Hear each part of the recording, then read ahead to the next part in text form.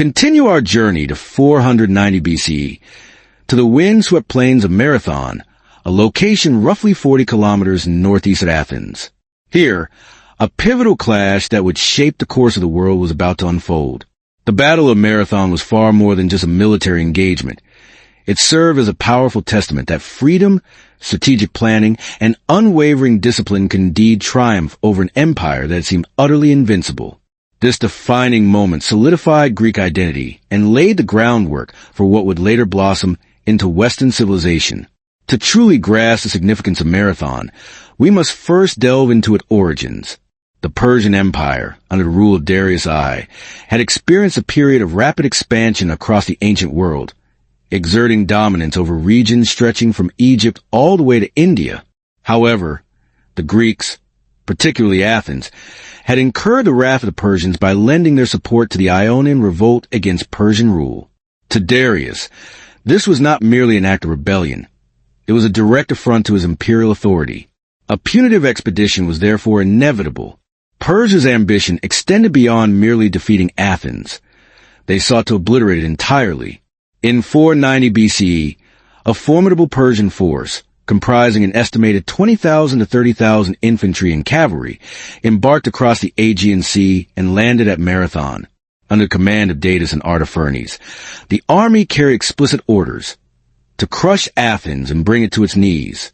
Marathon was strategically chosen for its wide, flat terrain, which provided an ideal landscape for deploying the Persian cavalry, one of the most potent elements of their military machine. In stark contrast, Athens could muster only about 9,000 hoplites, citizen soldiers equipped with long spears, sturdy shields, and heavy armor, supported by a mere 1,000 Plataean allies. Tragically, no other Greek city-state offered assistance. Sparta, their strongest potential partner, was immobilized due to the sacred Carnea festival. Thus, Athens stood alone, facing the superpower of the ancient world.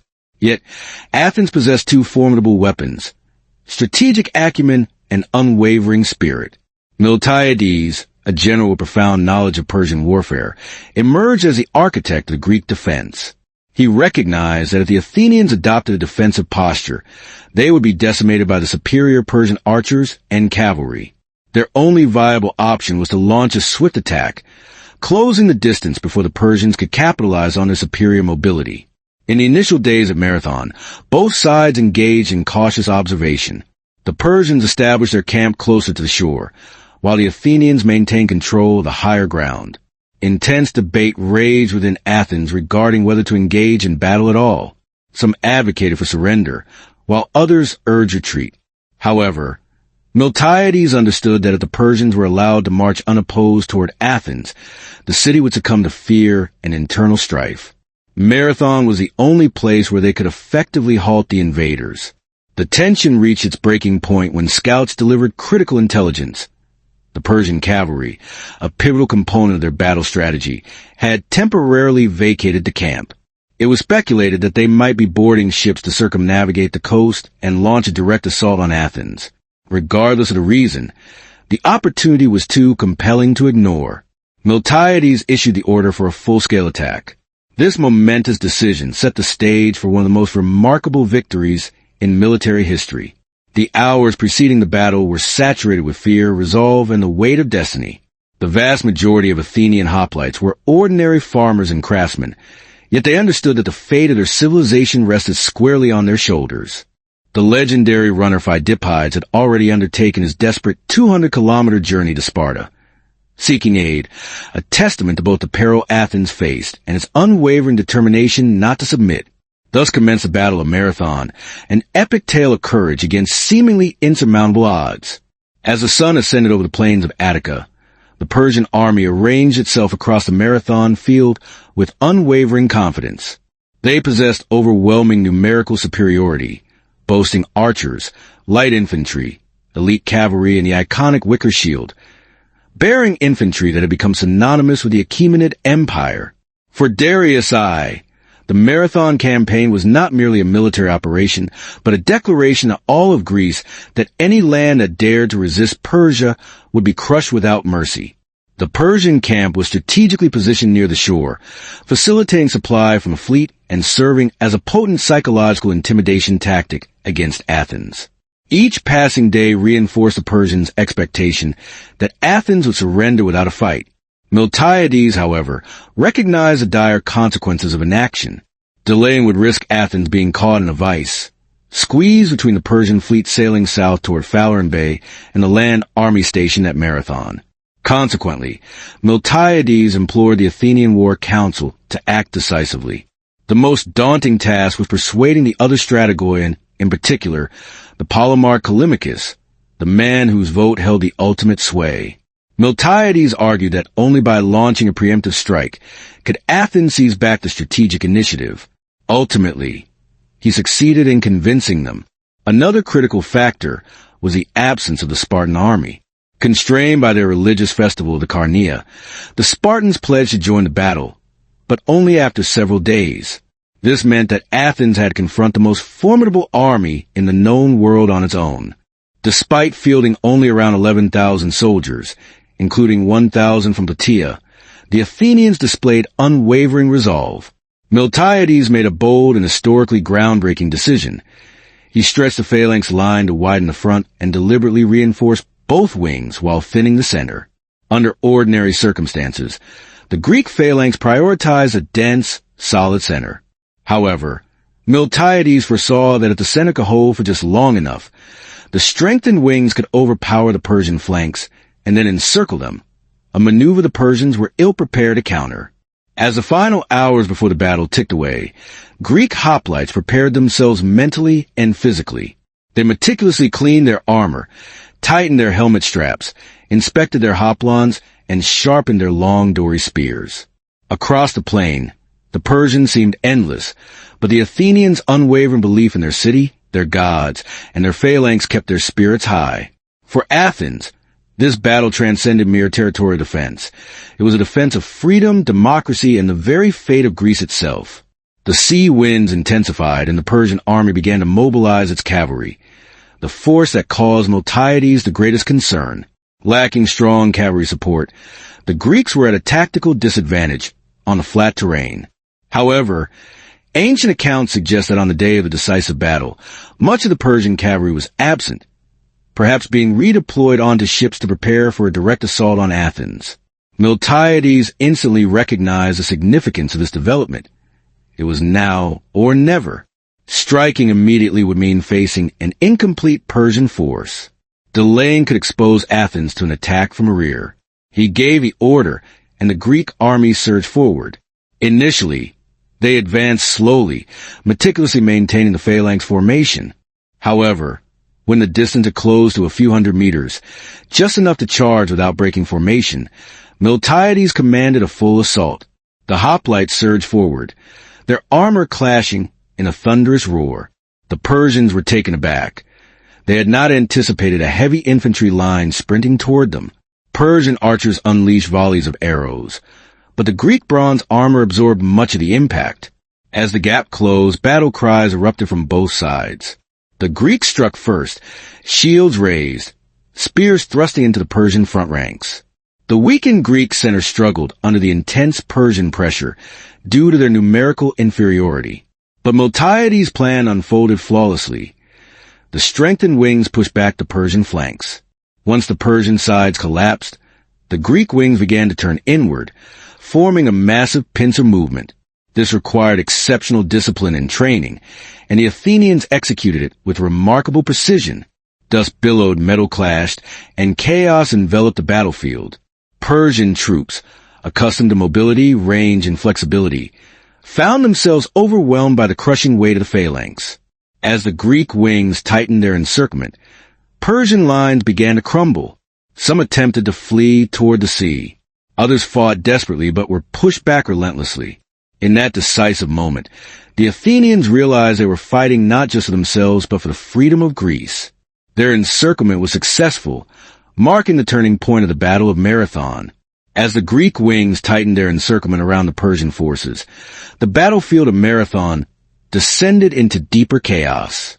The Persian soldiers in the center, who had initially pushed back the thinner Greek middle line, suddenly realized they were trapped inside a deadly funnel created by Miltiades' formation. This was a decisive moment, where the discipline of the Greek phalanx reached its peak effectiveness. The Greek hoplites fought with calculated determination, displaying no fear. Maintaining their formation, they pushed forward, step by step. As the wings closed, the space available for Persian movement shrank rapidly. Soldiers accustomed to mobility and open-field maneuvering found themselves crushed between heavy hoplite shields and long spear points. The cramped terrain nullified the strengths of Persian archers and wicker-shield infantry. Dust clouds rose until they obscured the sky, swirling like a sandstorm infused with the sound of shouting, metal clashing, and the desperate cries of men. Hoplites, armored in bronze, formed an unbreakable wall, while Persian troops, lightly armored, were cut down by thrusting dory spears. Toward the southern edge of the field, near the sea, Persian ranks began to collapse. Many soldiers fled toward the coastline, hoping to reach their ships. But panic spread faster than orders. Men stumbled over one another, creating chaos along the beach. The screams of those trampled echoed across the shoreline, a tragic contrast to the earlier confidence of the mighty Persian army. Meanwhile, at the center, the fighting reached ferocious intensity. Greek hoplites faced Persia's elite, warriors drawn from wealthy satrapies and fiercely loyal to King Darius. The close combat struggle was brutal. Every inch of the battlefield was contested. Greek hoplites excelled in hand-to-hand combat. With shields raised, they pushed forward and stabbed through Persian armor with their dory spears. When a spear broke, a hoplite switched to a Xiphos short sword. Duel after duel played out across the battlefield, with the Greeks consistently gaining the advantage thanks to their superior armor and phalanx discipline. The Persians, relying on archery and cavalry mobility, found themselves at a severe disadvantage. With cavalry absent, likely redeployed onto ships earlier, they lost their key tactical strength. Forced into a direct clash with the phalanx, they faltered. Their wicker shields offered little protection against the weight of heavily armored Greek infantry. From the rear, Miltiades observed the battle closely. His tactical brilliance shone brightest here, maintaining pressure, strengthening the wings, and preventing any Persian breakout. Victory required not speed but controlled encirclement, and that was exactly what the Athenians delivered. Historical accounts describe hundreds of Persian soldiers being forced toward marshy ground near the shoreline, where their feet sank into soft mud. They became easy targets for hoplites. Some Persians tried to swim to the ships, but were struck down before they could escape. The Greeks, sensing victory, shifted from defensive resistance to relentless pursuit. Despite the early pressure on the Greek center, the lines held firm. The Plataean contingent played a crucial role in stabilizing one flank, ensuring the integrity of the formation. This unity preserved Miltiades' tactical plan and prevented any collapse that the Persians could exploit. As the encirclement closed, the Persians were fully trapped. Though many fought bravely, their light armor and disruptive formation sealed their fate. Small groups were cut down as they attempted to break free. Persian ships offshore witnessed a massacre, but could do nothing. The Greeks had driven the battle right to the water's edge. Historical descriptions emphasize a horrifying sight. The plain stained red, bodies scattered in the air thick with dust and cries fading into silence. The Greeks, despite sensing victory, never broke formation. Their discipline remained intact, ensuring complete domination. By midday, the outcome was undeniable. The Persian army had collapsed. A few survivors managed to reach their ships, but the majority fell at Marathon, where they had expected triumph, not disaster. The turning point had arrived. Marathon became the first great reversal in the clash between the mighty East and the defiant, freedom-driven West. As the sun sank lower over the plains of Marathon and long afternoon shadows stretched across the battlefield, the decisive turning point of the conflict became unmistakably clear. After the heavy strikes delivered by the Athenian wings that disrupted the Persian flanks, Miltiades recognized that the critical moment he had anticipated had arrived. Yet danger remained. The Athenian center was under severe pressure. If the Persian forces managed to break through here, the carefully planned strong wings, weaker center formation could collapse, potentially undoing the entire battle. In the center, Persian soldiers, primarily light infantry and archers, had long relied on speed, flexibility, and ranged attacks to destabilize opponents. In contrast, The Greek hoplites wore heavy bronze armor, carried massive shields, and wielded long dory spears. They needed close proximity to maximize the effectiveness of their formation. As the Persian pressure intensified, many hoplites took arrows or fell to close-range assaults, yet the center held. Greek discipline was paramount. They advanced steadily as a cohesive phalanx, each step measured, each push deliberate. Every foot gain came at the cost of blood, yet their lines remained intact. Meanwhile, the wings, which had already achieved success in pushing back the Persian flanks, began to pivot inward, executing the pincer maneuver Miltiades had envisioned. Both wings, commanded by Athens and Plataea, pressed tightly against the Persian sides, surprising their opponents. The Persian soldiers, expecting heavy infantry to be slow and cumbersome, were astonished to find themselves under intense pressure from agile, well-trained hoplites. Panic rippled through their ranks. By the time the right and left wings met, the Persian army began to fragment, and cohesion was lost. Psychological chaos spread like wildfire. Persian soldiers, accustomed to overwhelming opponents with superior numbers and mobility, now found themselves trapped. Officers tried to reorganize their troops, but the confusion and tight confines of battlefield thwarted any attempt at cohesion. The retreat to the coastline turned into a rout. Men scrambled toward the sea, hoping to reach the ships for safety, but panic spread faster than their movements. Troops stumbled over one another, creating bottlenecks, while cries of fear and despair filled the air. The phalanx of Athens capitalized on this moment. Having broken the enemy wings, they pressed the center with renewed force. The once pressured Athenian center now found its opponents weakened, disoriented, and vulnerable. The Greek infantry advanced like an iron wall, overwhelming the Persian troops before them. The remaining Persian soldiers fled toward the sea, only to find themselves trapped by the very shoreline they had hoped would offer escape. The Persian retreat quickly became catastrophic. The terrain, muddy fields, marshes, and shallow coastal waters ensnared thousands of fleeing soldiers. Athenian hoplites, still in heavy armor, pursued relentlessly. Many Persians were driven into the water or cut down while trying to board the ships.